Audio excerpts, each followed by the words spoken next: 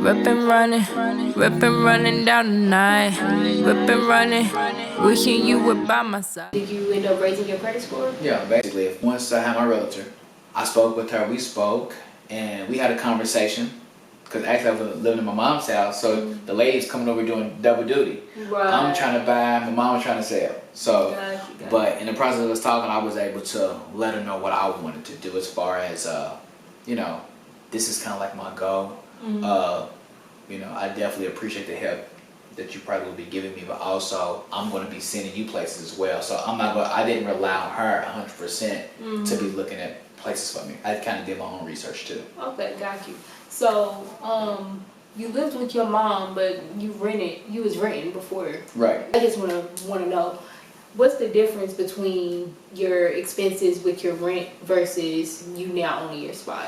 It's a whole different feeling knowing that everything in here, like I own it. So paint the walls, do what I want to do. And then also it's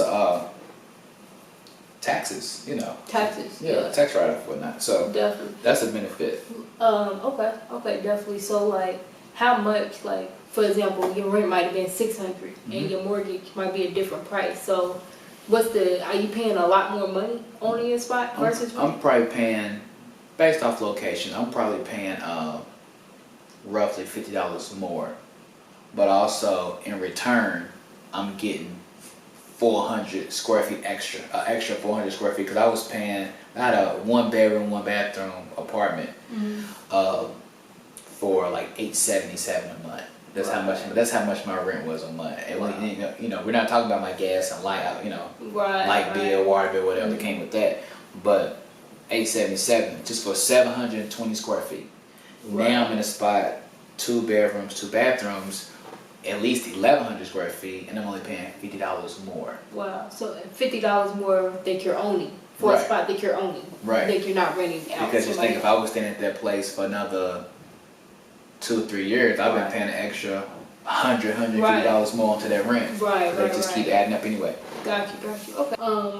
All right. So you mentioned how you had to save and stuff like that. So what were, with your processes, what was everything that you had to pay for to own your spot? Once I had my realtor, found the place, fell in love with it as soon as I saw it. Right. So as soon as I walked in here, I looked around like, okay, cool. You know, the first thing you ask yourself, like, can you see yourself living here? Right. Can you see yourself? I laid on the floor, you know, stopped in, you know, shut the bathroom door, walked in the closet, you know, just walked in different places and everything like that.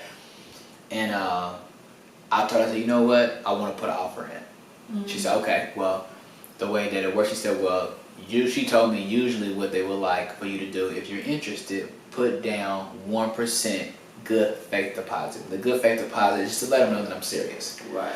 I did only put down 1% because that was my own personal money that I was put in. Yeah, my own personal money that I was going to put into it for a good faith deposit, which I got back at closing cost. She handed me a check for my 1% that I put down. Okay.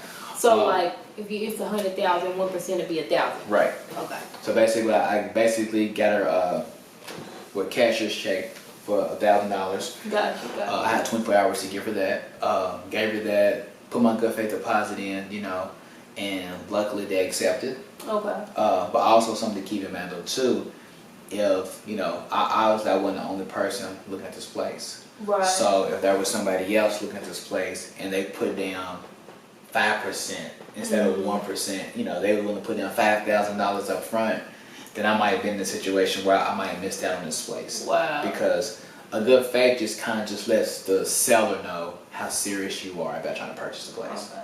So not only do you need a pre-approval, but sometimes you also may need that good faith to show that you're serious as well. Right, yeah, because the pre-approval is first. But a lot of the interesting part about the pre-approval, because I know some people that purchase homes or condos, and they found the spot first before they got pre-approved. Really?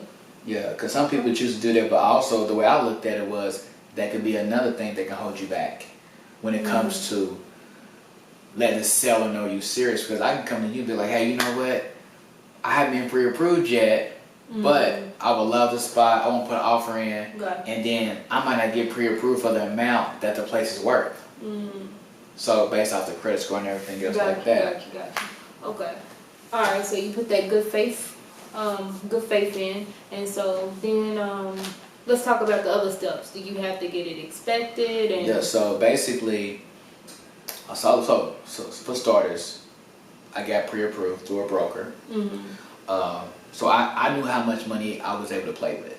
Right. So that's the main thing, because knowing how much money you can play with, that was easy for me to narrow down the places I would look at, and also my realtor would look at. So by saying you knew how much you could play with, basically how much you'll be allowed to have in a house, how much Right. money.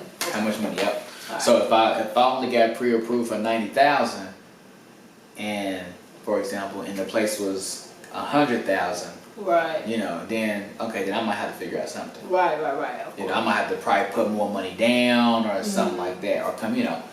But once I got pre-approved, I was able to, I knew where I wanted. I was able to play a little bit as far as locations, everything like that. Right.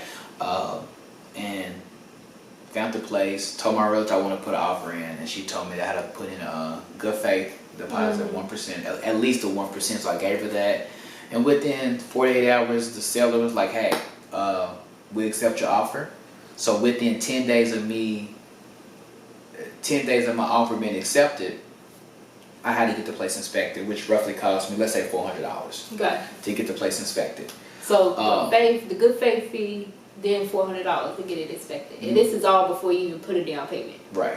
Gotcha. So I'm going through this. Okay, cool. Get the place inspected, and then once you get the place inspected, you have to get the place appraised to see if the place is actually worth how much the seller is putting the property on the market for. Okay. So if it didn't get appraised for that much, then they probably have to come down on the price of their selling price. Gotcha. So the good faith deposit. Did an inspection. I had to pay for the inspection. I had to pay to get it appraised. Okay. So once the inspection came back, I was able to see, you know, some things that my eyes normally wouldn't catch if I was coming in, walking into the place to, you know, just to check it out. Right. There were some things that need to be fixed, minor things, which they took care of for me, luckily. So, because I kind of asked them, you know, y'all don't want to take care of this, just come down on the price. Right. So they took care of everything, and the selling price remained the same. Okay. So the inspection is basically a way to also negotiate the price as well. Yeah, another way. Okay. So before the down payment, this is all before you even put money down on the house. You get the good faith fee, the appraisal fee, the inspection fee, and was that it? That was that it? Let me think. Good faith, had an inspection done. I actually had to pay another fee, just to say that I had to take an online course that cost me, I know for a fact, $75. Okay. Take an online course. To say just I kind of went through a course of just becoming a homeowner, and it was pass fail too. Like you really had to pass it. Oh wow. So yeah. Now who made you take this course? Was it your bank? The broker. Oh really? Because I didn't go to my bank. I went to the broker. So the broker made me take. He said to me, "Hey, you gotta take this. Make sure you pay for this. Take it. You need to get this done as soon as possible." Okay.